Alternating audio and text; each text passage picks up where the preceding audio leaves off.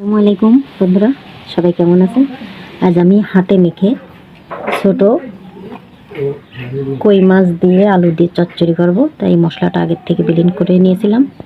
এতে আছে ঝাল, পেঁয়াজ, রসুন, আদা একসঙ্গে বেটে নিয়েছি। এবার আমি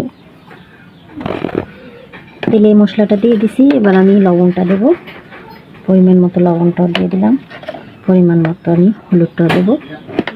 দিয়ে এর ভিতর আমি এই যে মাছ আর আলু কুটে ধুয়ে পানি ঝরাতে দিয়েছিলাম, এটাও ঢেলে দেবো। ঢেলে আমি ভালো করে হাতে মাখিয়ে নেব সুন্দর করে। যত মাখাবেন টেস্টটা কিন্তু ততই বেশি ভালো লাগবে।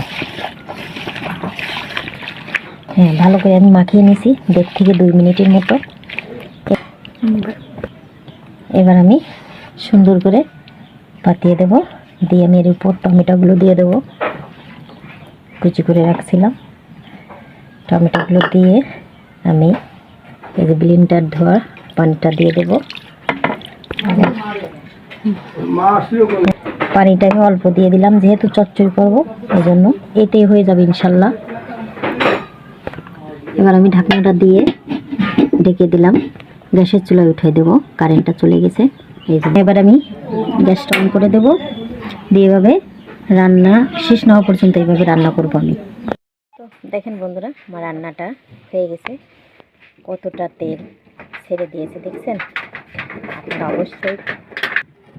আপনারা অবশ্যই বাসায় ট্রাই করবেন। খেতে এতটা মজা লাগবে, না ট্রাই করলে কিন্তু আপনারা বুঝবেনই না।